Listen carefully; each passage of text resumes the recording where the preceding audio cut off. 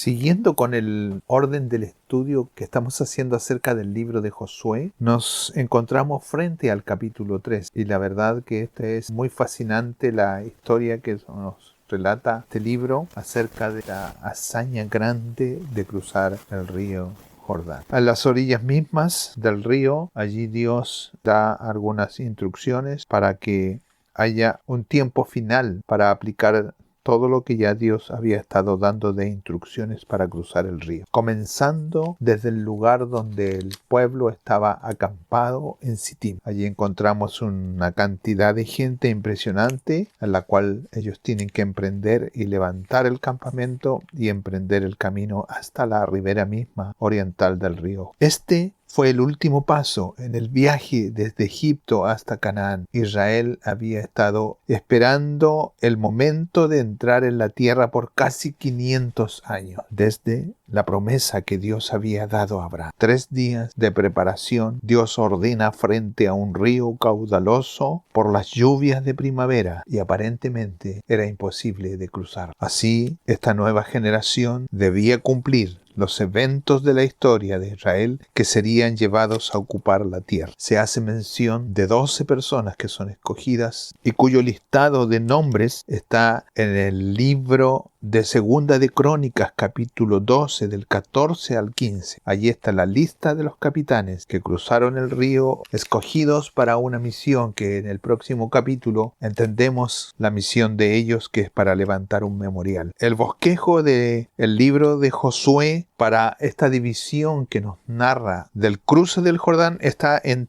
3. Naturalmente se divide en 3 secciones. La primera sección es de Sitim hasta el Jordán, los versículos 1 al 6. Los versos del 7 al 13 es la segunda sección. Son las instrucciones divinas para cruzar el río. Y del 14 al 17 está literalmente el cruce del Jordán. Josué se levantó temprano, muy de mañana, para iniciar la marcha del Jordán. Y así lo leemos en el primer verso del capítulo 3. Josué se levantó de mañana y él y todos los hijos de Israel partieron desde Sitim y vinieron hasta el Jordán y reposaron allí antes de pasar. Una jornada impresionante en que la distancia entre Sitim y el río Jordán aproximadamente eran 10 kilómetros de donde estaba el campamento de Israel. Todo el campamento de Israel se levantó.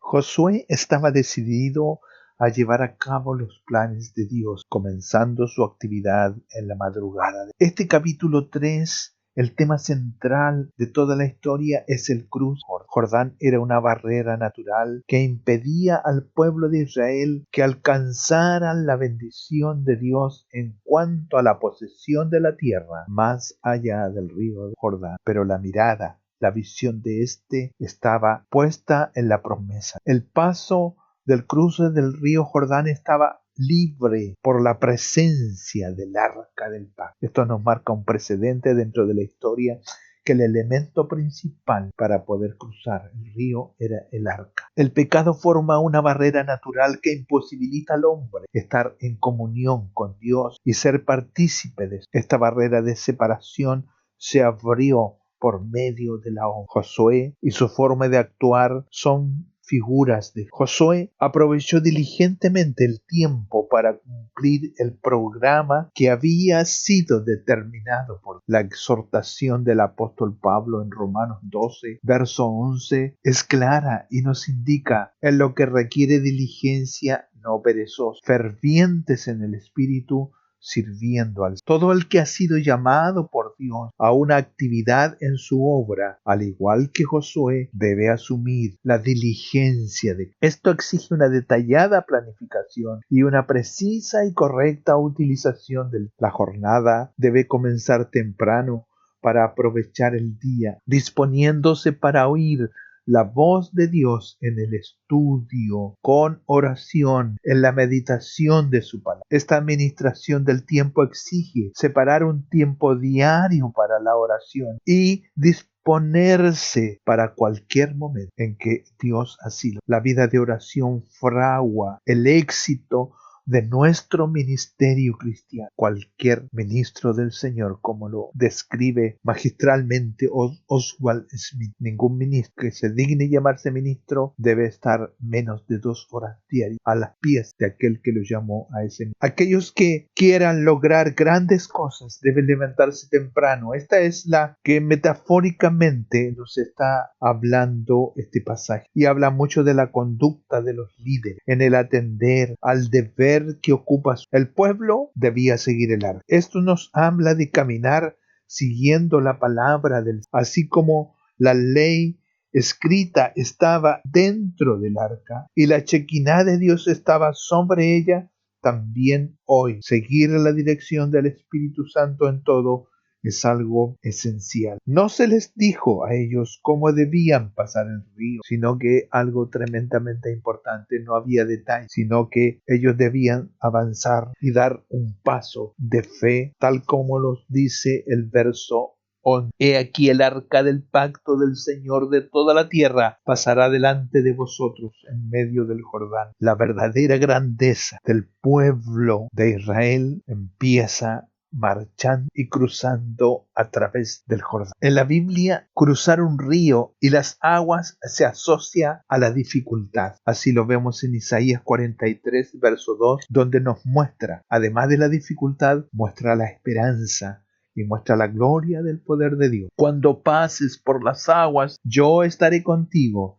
Y si por los ríos, no te anegarán, porque yo, Jehová, Dios tuyo, el Santo de Israel, soy tu Salvador. Ellos cruzaron caminos que no conocían y enfrentaron obstáculos difíciles de sortear humanamente. El caminar del cristiano es una senda en la cual las dificultades siempre estarán, pero es un camino en que se debe avanzar con valentía y esperanza y ánimo, ya sea que estemos llamados a sufrir pobreza, dolor, trabajo, persecución, oprobio o muerte. El camino ya fue transitado por los pies de nuestro Redentor hacia la cruz. Gloria. Josué ordena el paso hacia el Jordán, colocando 2 señales de gran significado para el pueblo. Como ya lo dijimos, la primera es la presencia del arca. Y los oficiales mandaron al pueblo diciendo: cuando veáis el arca del pacto de Jehová vuestro Dios y los levitas sacerdotes que la llevan, vosotros saldréis de vuestro lugar en pos de ella. Había una disposición clara de esa arca durante el cruce del Jordán. El arca del pacto del Señor aparece en primer plano para marcar el camino y abrir un camino a través de las desbordantes aguas. Literalmente trazó un camino donde no había camino. Ninguno se queda atrás, hasta los más débiles y pequeños debían pasar en pos del arca. Como segundo punto, debía haber un tiempo de preparación. La purificación del pueblo era necesaria para que las maravillas de Dios que haría en medio de ellos ese día y en los años venideros fuesen hechas una realidad. El verso 5 nos dice: y Josué dijo a todo el pueblo: santificaos, porque Jehová hará mañana maravillas entre vosotros. El arca es mencionada 17 veces entre los capítulos 3 y 4. Esto tenía un doble propósito para Israel. Primero, era signo visible de la presencia de Jehová y delante del pueblo. Segundo, como lo mencionamos, el arca era el depósito de las tablas escritas de la ley. Así, el pueblo estaba seguro de que toda su vida, todas sus acciones pertenecían y eran guiadas por su Dios en los signos visibles que le aseguraban la permanencia de su palabra y la permanencia y presencia de la Chequiná, de la gloria de Dios en medio del pueblo. Aquí nos encontramos que ya no estaba la nube, ya no estaba la columna de fuego. ¿Quién lo dirigía ahora? La esencia misma de la gloria de Dios iba a ser su guía, su dirección. En estos 2 símbolos, la palabra y su presencia. ¡Qué maravilla la palabra del Señor! No había lugar para derivar la mirada, perderse en el camino. Todos debían seguir el arca, siempre visible, a una distancia que todos pudieran verla, sin que las mismas personas pidieran la vida. Ese día era el día esperado por cientos. La promesa se cumplía, la esperanza era hecha, era convertida en realidad. Comenzar a poner los pies en la tierra prometida. Qué gran día histórico en que quedaría escrito como memorial y luego se levantaría. Qué gran día que quedaría escrito en la memoria y luego se levantaría un memorial para que quedase de recuerdo al pueblo. Mientras que entre los cananeos todo era terror, en el campamento de Josué todo era confianza. La purificación le daba a la campaña un carácter sagrado y creaba una gran expectativa muy grande en que todo el pueblo sabía que Dios se iba a manifestar en su poder, no en la estrategia de los hombres. El arca llevada por los sacerdotes marcaba un cambio en esta nueva etapa de la historia de Israel. Y esta historia es llamada la conquista de la tierra prometida. El verso 6 del capítulo 3 de Josué nos dice: y habló Josué a los sacerdotes diciendo: tomad el arca del pacto y pasad delante del pueblo. Y ellos tomaron el arca del pacto y fueron delante del pueblo. El arca cumplía ahora el mismo rol que la vara de Moisés en el Mar Rojo, pero ahora en forma más evidente y visible. Era el mismo Jehová que actuaba en forma poderosa para con su pueblo escogido. Todos sabían qué era y qué había dentro del arca. Era su Dios en representación de la manifestación de su gloria. Decir que Jehová iba delante de ellos no solo era una linda frase para la batalla. Ellos conocían el poder supremo y la potencia extraordinaria en la manifestación del arca. El verso 7 muestra el momento en que Jehová habló a Josué para animarle y reconocerle ante el pueblo, una vez más, con ocasión de este especial e histórico. Entonces Jehová dijo a Moisés: desde este día comenzaré a engrandecerte delante de los ojos de Israel, para que entiendan que como estuve con Moisés, así estaré con. El relato bíblico nos muestra que encontramos a un Josué conocedor de la palabra dada por Jehová a sus antecesores y anuncia anticipadamente el cumplimiento de lo predicho. En la lectura de los versos 9 al 13, y Josué dijo a los hijos de Israel: acercaos y escuchad las palabras de Jehová vuestro Dios. Y añadió Josué: en esto conoceréis que el Dios viviente está en medio de vos, que Él echará delante de vosotros al cananeo, al eteo, al heveo, al fereceo, al gergeseo, al amorreo y al jebuseo. Y aquí el arca del pacto del Señor de toda la tierra pasará delante de vosotros en medio del. Tomad pues ahora 12 hombres de las tribus de Israel, cada uno de cada tribu, y cuando las plantas de los pies de los sacerdotes que llevan el arca de Jehová, Señor de toda la tierra, se asienten en las aguas del Jordán, las aguas del Jordán se dividirán, porque las aguas que vienen de arriba se detendrán en un montón. ¿Qué momento más especial tiene que haber sido eso? Allí estaba Josué hablando. Esto es lo que va a acontecer y se los da con mucho detalle, le describe al pueblo lo que iba a acontecer. Él ya había tenido un encuentro secreto con Dios, le había revelado de alguna manera por su potencia el plan divino de lo que iba a ser. Él había escuchado el corazón de Dios y ahora transmitía las palabras de Dios al pueblo. Mire qué enseñanza más preciosa es la que tiene que tener el ministro. El ministro de Dios es el que tiene que estar domingo a domingo enseñando la palabra que Dios le ha dado a él.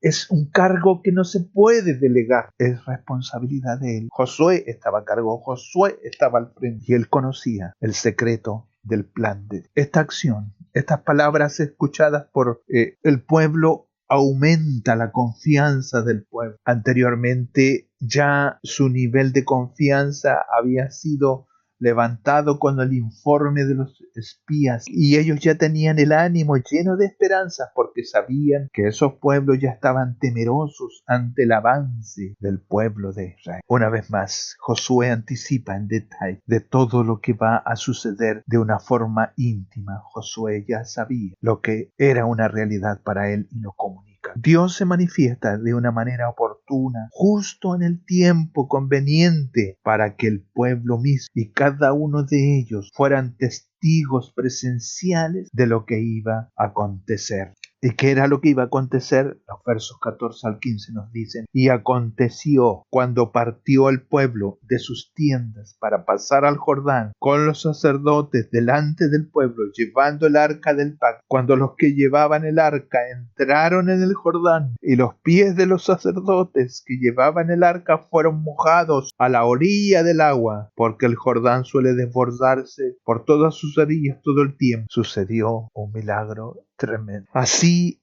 Dios mostró su poder y fidelidad al pueblo para que fuesen actores del milagro producido por Jehová Dios a su paso a través del río Jordán. No solo presenciaron el milagro, cada uno de ellos fue partícipe, un elemento vital para que a la posteridad dijeran: yo crucé el río en seco, porque Dios se manifestó con gloria y con poder. Imagínense cómo ellos contaban a sus hijos y a sus hijos y a sus hijos esta hazaña. ¿Y qué era lo que había sucedido? Y aquí vemos el poder de Dios obrando de la manera que Él sabe hacer. El verso 16 nos da unos detalles históricos magníficos del milagro realizados en los lugares indicados. Y dice así: las aguas que venían de arriba se detuvieron en un montón bien lejos de la ciudad de Adám, que está al lado de Zeratam, y las que descendían al mar de Arabá, al mar salado, se acabaron y fueron divididas, y el pueblo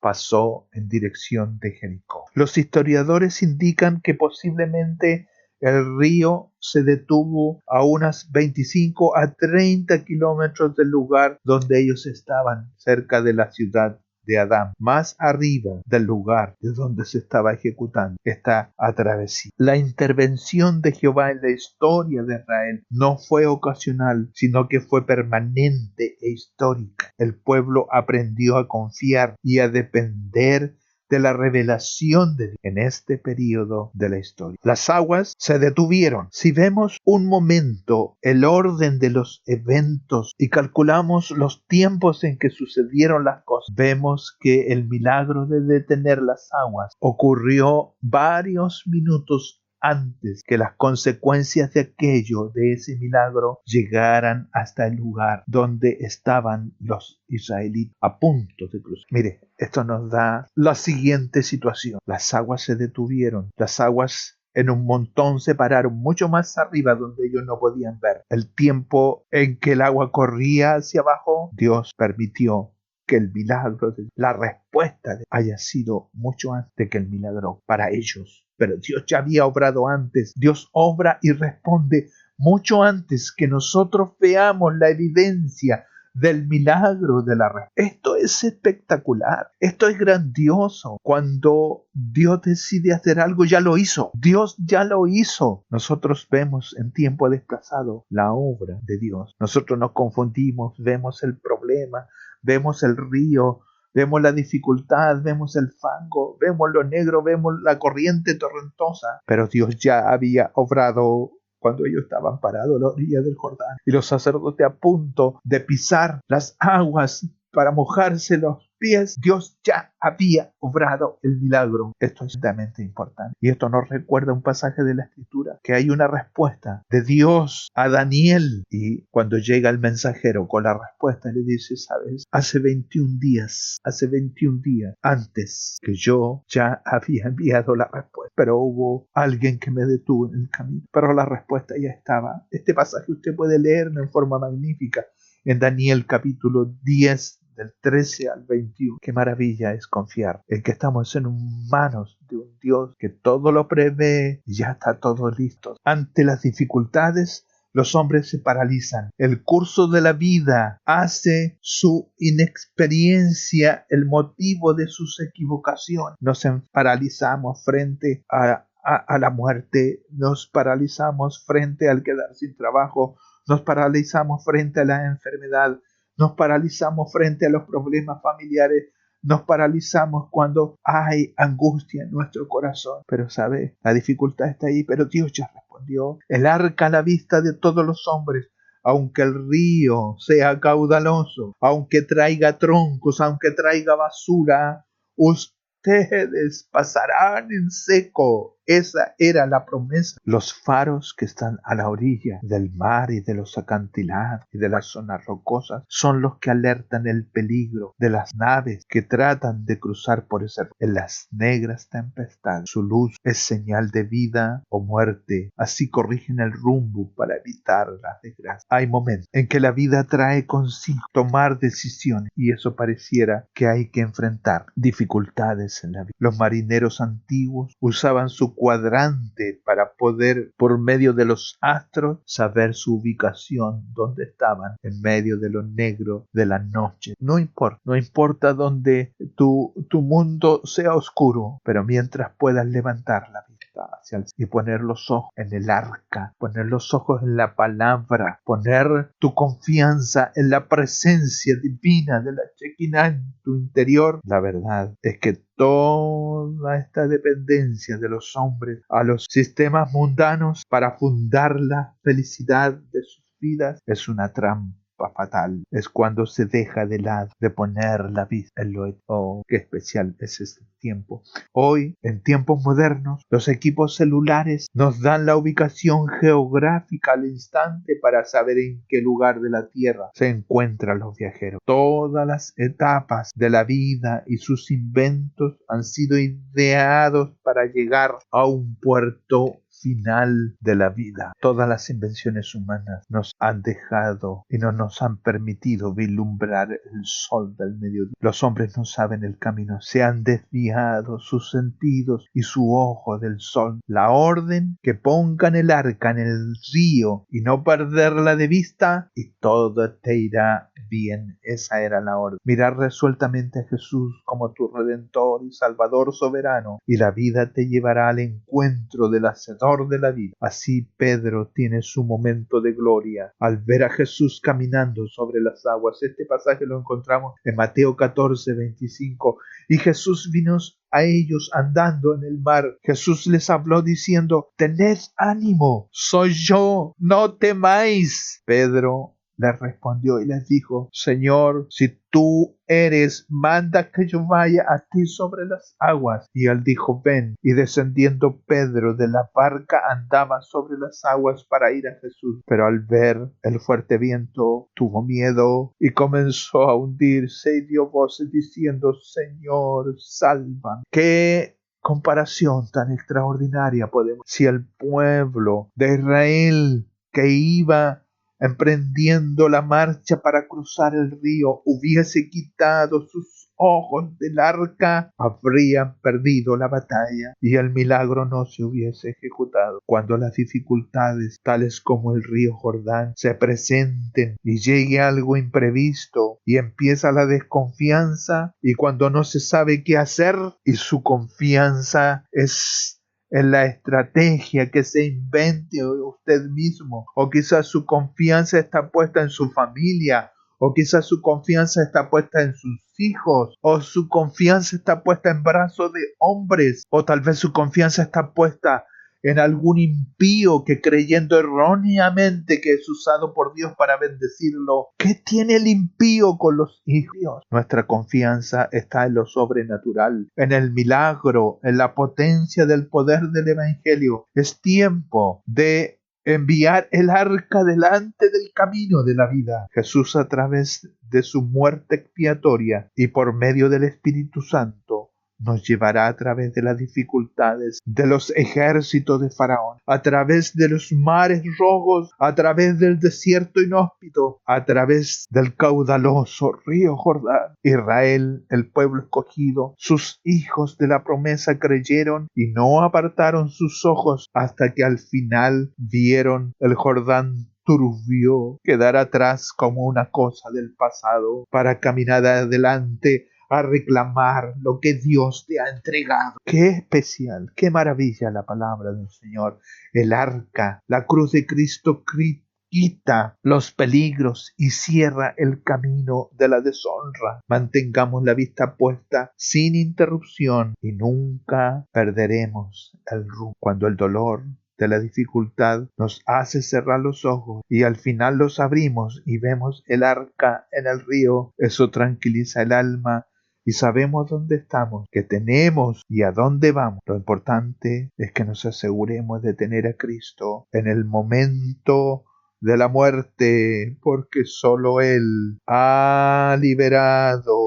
nos ha liberado del poder y del aguijón de la muerte. Jesucristo es la verdadera realidad de la presencia de Dios. Todo el contenido del arca era señal que Dios había hecho un pacto con el pueblo y tenían derecho a decirle: tú eres nuestro Dios y nosotros somos tu pueblo. Jesús, el verbo, el logos de la verdad, de la esencia de Dios y el mismo Dios que de modo alguno se convierte. Así como el arca guía, Jesús es el pastor, Jesús es la presencia y Jesús es la voluntad de nuestra vida. La ley está contenida e incorporada, por eso debemos caminar en el pacto que ha establecido en su propia sangre y contiene la dirección de la vida guiándonos a la eternidad. Esa arca es viva, esa arca es personal, es la alianza con el Señor de toda la tierra y nos guía en nuestros corazones. No miremos con tristeza el pasado, no volvamos de nuevo atrás, mejoremos sabiamente el presente. El futuro es nuestro porque hay alguien que es dueño del futuro. Salgamos al encuentro de ese futuro. Tal vez miramos y decimos que es sombrío, pero hagámoslo sin miedo. Hagámoslo con un corazón varonil, dispuesto a abrazar la bendición del Josué. Les dice: para pasar a las promesas del Señor es necesario purificarnos en santidad. Esto significa apartarse de los odios, apartarse de los rencores, apartarse de los resentimientos, apartarse de las cosas que impiden avanzar. Santifiquémonos, apartémonos, porque el Señor hará maravillas y milagros. El arca adelante. Hay que poner a Dios en cada propósito y en cada santificación. Cuando Dios en la forma visible del arca va adelante, este hecho hace que la presencia y la promesa de Dios se haga una realidad. Y así, al igual que le dijo a Josué, Dios nos está diciendo hoy en este tiempo: no apartes tu mirada del arca, no apartes tu mirada